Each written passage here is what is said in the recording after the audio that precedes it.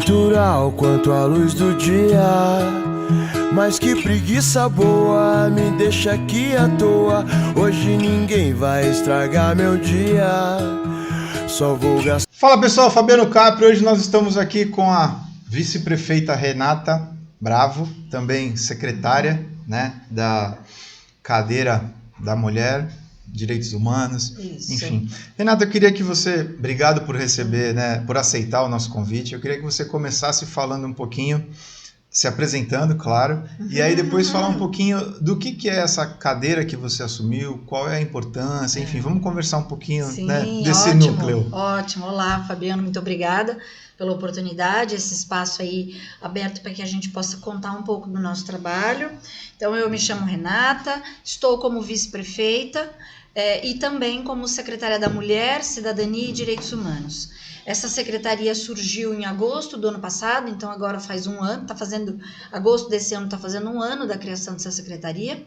É uma secretaria que em gestões anteriores ela já existia como Cidadania e Direitos Humanos, e o prefeito entendeu que diante do nosso trabalho precisava também ter uma pauta aí, especial voltada para a mulher. E por que dessa decisão?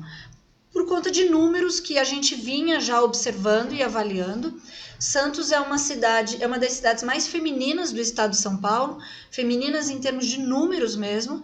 Nós somos aqui 33 mil mulheres a mais do que homens na cidade. A gente tem índices que nos preocupam, como por exemplo, onde 68 mil lares santistas, mulheres são arrimos de família. A gente inicia o governo em plena crise da pandemia, que foi janeiro de 2021, e eu costumo dizer e narrar o nosso trabalho que, além das notícias da pandemia nos veículos de comunicação, a outra notícia que sempre era dada era o aumento de violências domésticas. Então isso nos provocou muito a ter essa pauta específica voltada à questão e atenção da mulher. E aí um outro número também que nos preocupa demais é que quando você pega números da Delegacia da Mulher, você repara pelos números apresentados que temos registros de agressão e de violências a mulheres em todos os bairros do nosso município. Isso não é uma característica de bairros de maior vulnerabilidade, pelo contrário, infelizmente acontece em todos os bairros, e diante desses números a gente não tinha que tomar uma atitude, como o prefeito tomou, para fazer uma política específica voltada à proteção das mulheres. Tá. Renata, a gente tem acompanhado aí o prefeito comemorando algumas coisas. Eu queria que você falasse um pouquinho do Centro Integrado, que vai ser um equipamento, né, que ele está na expectativa de fazer um centro integrado, né, alguma coisa nesse sentido. O que seria esse... Para as mulheres? Para as mulheres. O que seria esse equipamento? É a Casa da Mulher. Qual seria Casa da Mulher. Casa da Mulher surgiu através... Na verdade, no plano de governo do prefeito, já estava lá estabelecido, enquanto ainda campanha, estava estabelecido a criação de um centro de referência para a mulher. Conforme a gente começa o mandato, o governo do estado propõe um convênio com recurso do estado para fazer a construção da Casa da Mulher. A exigência que fosse num próprio público e o governo do estado entraria com uma parte do recurso. E aí foi constituída, né, era padrão, ainda era da gestão anterior do governo do estado, e foi padrão para alguns municípios. Na ocasião dos 645 municípios do estado, só 50 foram contemplados e Santos foi um deles. E essa Casa da Mulher, o objetivo principal, ela não vem substituindo nenhum outro serviço voltado à mulher para a cidade. Pelo contrário, ela vem como para ser o foco central.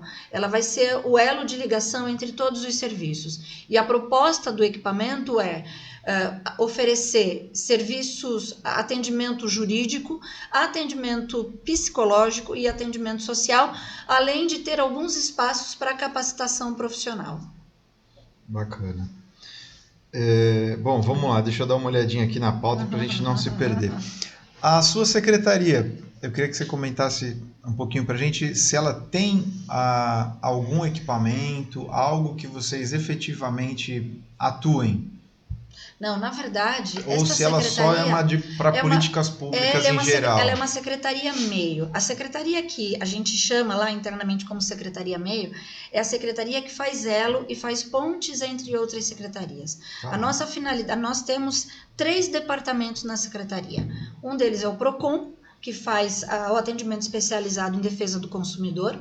A gente tem o departamento de articulação, que é o departamento que concentra todos os conselhos municipais vinculados a eles. Então, ali a gente tem uma relação muito intensa com toda a população, porque a gente tem todos os conselhos de direitos e tem todos os outros conselhos, já são quase 30 conselhos no município, de todos os temas, onde todos eles têm 50% da sociedade civil e 50% do governo. E o terceiro departamento, que é o Departamento de Cidadania e Direitos Humanos, e é o departamento onde nós temos coordenadorias de políticas públicas. Então, lá a gente se discute todos os temas que hoje são afetados por violações de direitos. Então, a gente tem a coordenadoria da mulher, a gente tem a coordenadoria da pessoa com deficiência, a coordenadoria do idoso, a coordenadoria da juventude, a coordenadoria das questões raciais e interreligiosas e, por último, foi criada a coordenadoria da diversidade. Além do CADOG, que é um convênio que a gente tem com a OAB, onde a gente já faz esse atendimento jurídico gratuito. Tá, então é uma secretaria que está efetivamente ligada na ponta, né? Exatamente, do nós não iceberg, temos né? equipamentos para a realização de atividades. O que a gente faz é sempre estar integrado com as ações de outras secretarias. Por exemplo, a Secretaria de Educação é uma secretaria extremamente parceira, porque muitas das ações realizadas pelas coordenadorias de políticas públicas são realizadas atividades dentro das escolas, é a forma de interagir. Bacana. Renata, eu queria que você falasse um pouquinho, já que você citou, né, dos conselhos e tudo mais, qual é a importância da participação da população de forma geral nesses conselhos, nessa ferramenta que a gente tem de discussão de políticas públicas na cidade? É fundamental. A gente tem feito um trabalho desde janeiro, aí, quando o Felipe Rezende assumiu o departamento de articulação.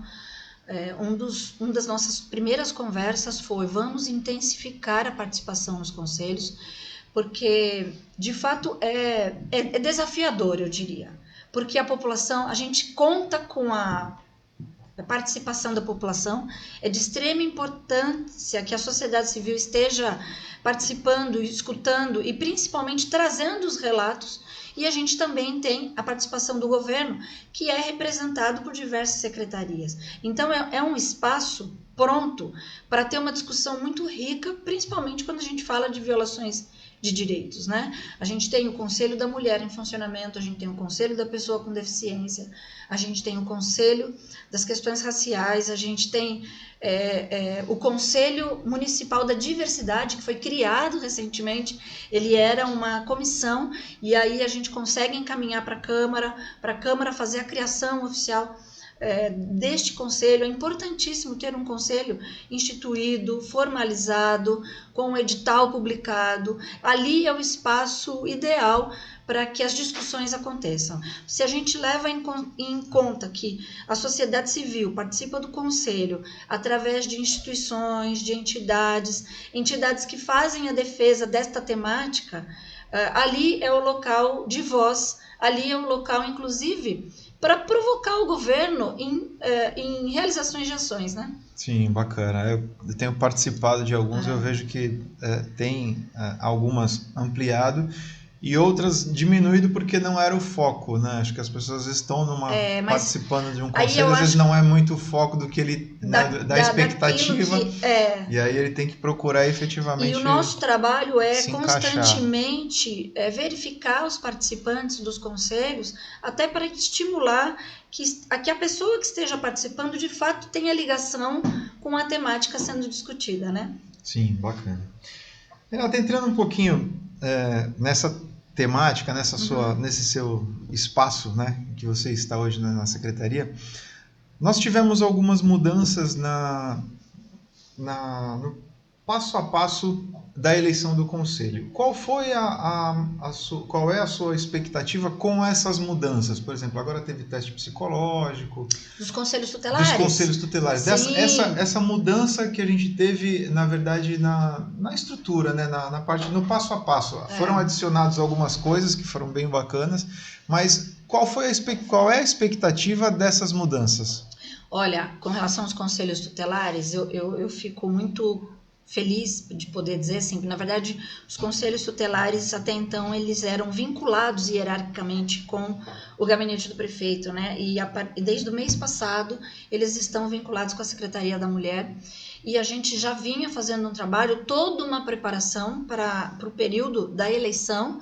E aí aproveito esse espaço para chamar, inclusive, a população o quanto é importante as pessoas votarem nos conselheiros tutelares, o quanto é importante toda a população, a sociedade civil se envolver nesta eleição dos conselhos tutelares. São pessoas que são eleitas e estão em pontos importantíssimos, principalmente para a proteção dos direitos das crianças e dos adolescentes, né? São pessoas que, como você bem disse, passaram por um processo seletivo e vão atuar, após uma eleição, vão atuar dentro dos conselhos tutelares e atuam em casos de denúncia, atuam em casos de maus tratos, atuam em casos de proteção da nossa sociedade, né?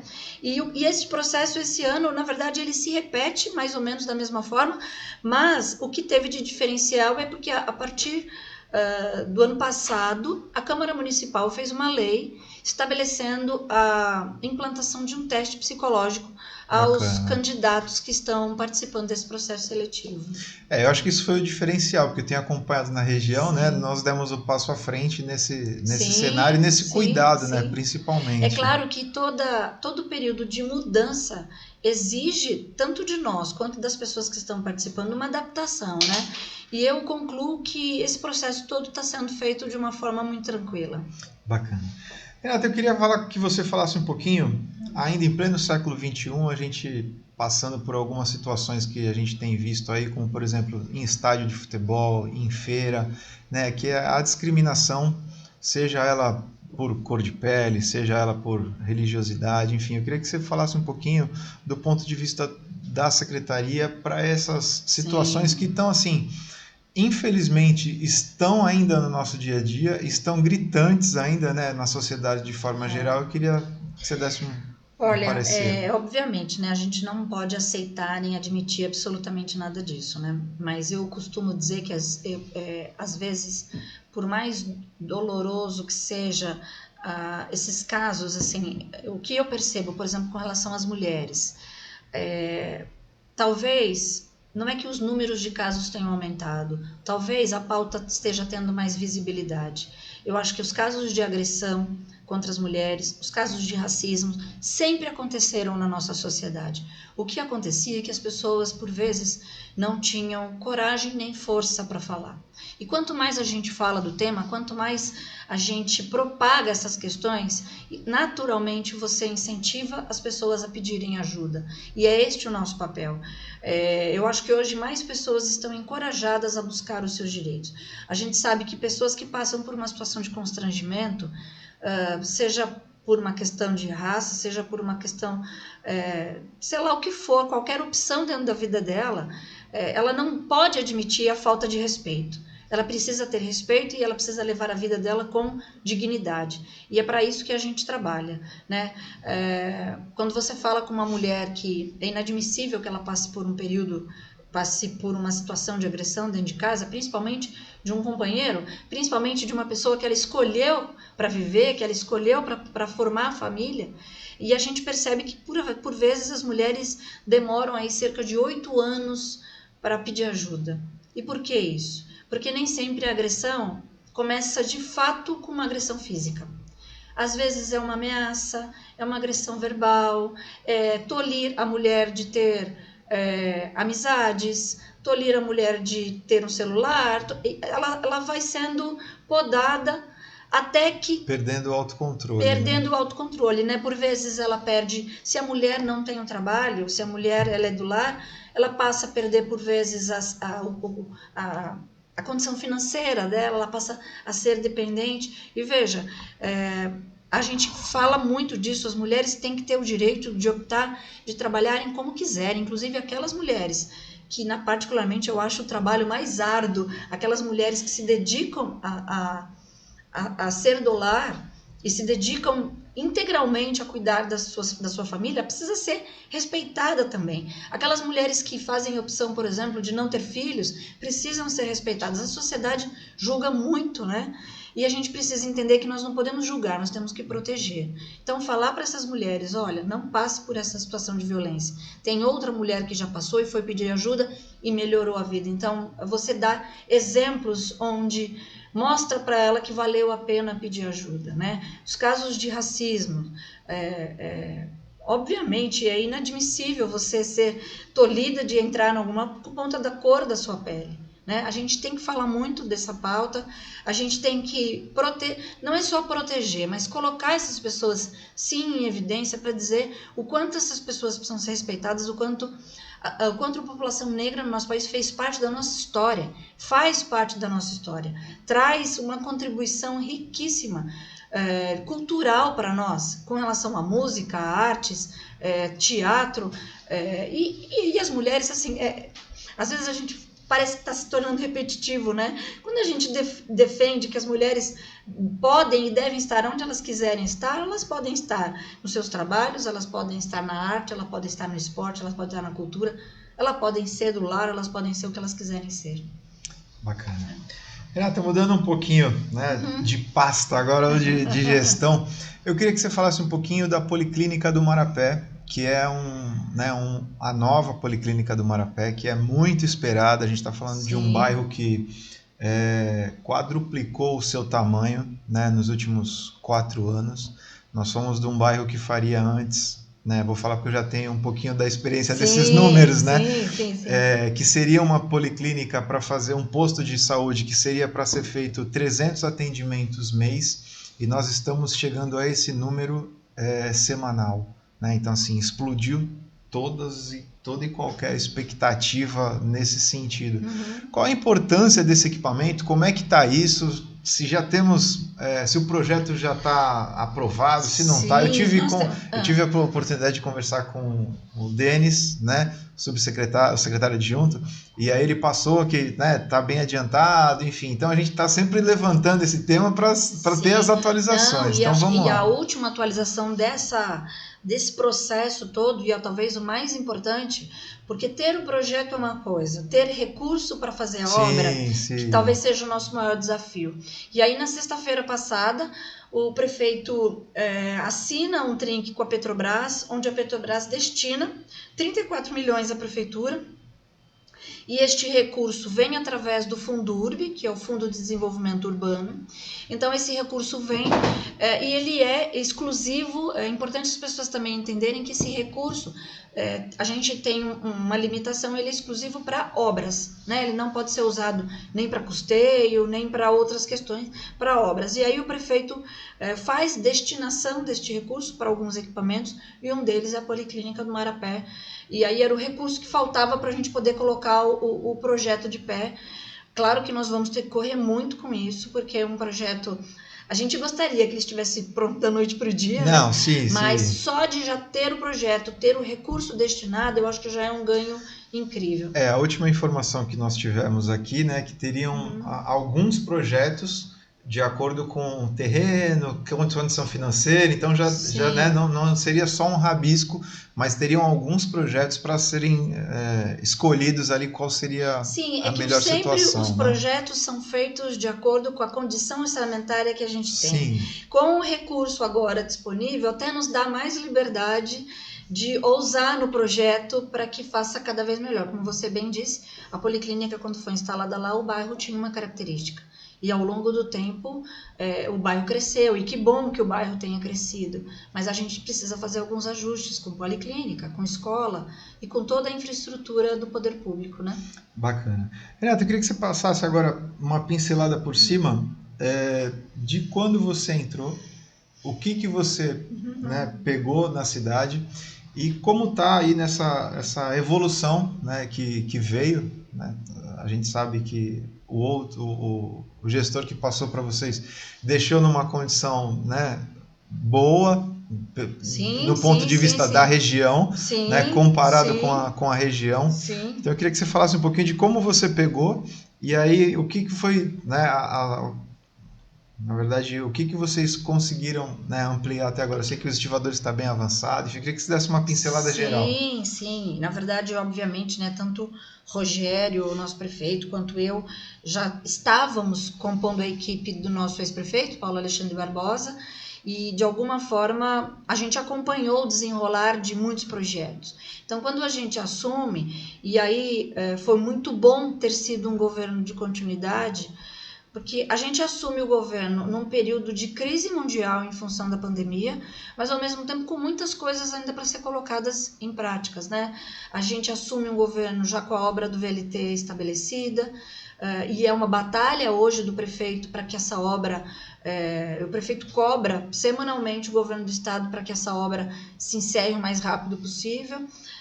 A gente já inicia com a reforma do mercado municipal, que foi uma das primeiras licitações que o Rogério publicou, e a obra que até o final do ano deva estar entregue. A própria Casa da Mulher, que vai ser entregue, a previsão de ser entregue entre janeiro e março do ano que vem. Tem algumas... as policlínicas, assim, Santos é uma cidade que... por todo o privilégio que tem, né, talvez a maior cidade da região metropolitana, mas uma cidade muito preocupada com a questão da saúde. Hoje, a gente tem 32 policlínicas. A gente está aguardando, que já está em obra para ser entregue, também a Policlínica do Estuário, que vai ser entregue agora no segundo semestre. Então, acho que em todas as áreas, o Rogério propôs ações para que, por mais que a gente já tenha vindo de um governo que encerra a sua gestão com 80% de aprovação, a gente sabe que nenhum município no mundo sempre está pronto. Ele sempre precisa, quanto mais você faz, Sim, mais coisas precisam ser feitas. Sempre. E que bom que é assim, porque aí a gente precisa nos desafiar todo dia. Bacana. Renata, não quero te atrapalhar muito, nós, né, começamos aí um pouquinho mais tarde do que o esperado. Queria agradecer a tua presença, agradecer aí por ter aceitado o nosso convite. Vou fazer novos convites para você. Sim, com certeza. O prefeito também está convidado, assim como o Paulo Alexandre, enfim, os gestores, para contar um pouquinho, né, do que a cidade pode esperar. Nós temos aí pontes, túnel, né, essa situação que a gente está na definição. E essa discussão que é metropolitana, né, é essencial para nós. É essencial, e acho que tudo indica que diante dessa discussão agora me parece que a gente já começa a caminhar com a questão do túnel. E é bom porque antes nós não tínhamos nada, e agora nós temos as duas opções, cada governo querendo participar de uma forma, né? É ótimo, e aí é excelente, e o Rogério fala muito disso, que a eleição acabou, o resultado da eleição está posto. O importante agora, para as coisas acontecerem, são as esferas municipais, estaduais e federal trabalharem em prol com a sua finalidade, né, com o atendimento dos municípios. E um desses casos, foi bem lembrado você falar disso, que é a questão do Porto Valongo, que foi lançado agora, e o prefeito promete a entrega entre junho e julho do ano que vem. Não só o Porto Valongo, os terminais 3, 4, 5 e 6 da área portuária, mas como também a ponte que foi anunciada junto com essa obra da Petrobras, que não é uma ponte, foi muito corrigido, é um bulevar aéreo que vem aqui da altura da Riachuelo para direto passa por cima passa por cima da rua ali, da portuária, dos trilhos, para sair direto já na estação do Porto Valongo. Isso é sensacional. A gente tem uma proposta de governo que eu acho que é o que vem sendo muito mexido, que é a revitalização do centro histórico. Isso vem de encontro com tudo que foi proposto e está sendo realizado. Esse último final de semana tivemos um Festival do Café. Hoje o jornal anuncia que nos 3 dias do festival tiveram mais de 90 mil pessoas. Quer dizer, é trazer a população para ocupar, e não só uma ocupação, mas uma ocupação com desenvolvimento econômico. Sim, e um outro, né, aproveitando esse gancho também, a manutenção dos morros, né, que foram feitas, assim, que está sendo feita, né, há bastante tempo, para que não tenhamos mais nenhuma surpresa na época das chuvas, e é né? um trabalho árduo, um investimento alto que foi feito. Obviamente, aquele desastre que aconteceu em 2020, ninguém queria ter passado. Mas a partir dali a gente recebeu recurso do governo federal, recurso do governo estadual, e muitas obras têm feito, tanto que nós tivemos casos de chuvas severas e, graças a Deus, sem nenhuma ocorrência. E é assim que a gente precisa trabalhar. Bacana. Renata, eu queria que você deixasse um recado para quem acompanhou aí o nosso bate-papo. Bom, muito obrigada, eu te agradeço pela essa conversa. Fico à disposição para voltar outras vezes. Acho que temos pautas aí extremamente importantes. Quando a gente fala de mudança de sociedade, a gente não pode cobrar que a mudança seja feita da noite e dia, mas a gente pode plantar sementes para que essas mudanças aconteçam, né? E eu estou muito aberta a fazer essas discussões com todas as temáticas, e obrigada por esse espaço, e também quero convidar as pessoas para acompanhar o nosso trabalho e participar também, né? Somos uma secretaria muito aberta, temos uma escuta muito atenta a todas as considerações. Eu digo que a gente poder fazer política e fazer a boa política não é só fazer o que a gente quer, é saber escutar o que as pessoas precisam, é saber escutar o que a população entende e fazer essa discussão. A gente não precisa ter ao nosso entorno pessoas que concordem com a gente, não. É importante também ter pessoas que discordem, porque certamente teremos pontos de vista diferentes, e esses pontos de vista fazem a gente crescer, viu? Muito obrigada. Mais uma vez eu agradeço. Pessoal, vamos ficando por aqui. Fiquem todos com Deus sempre. Valeu! Dar energia pra beijar sua boca. Fica comigo então, não me abandona não.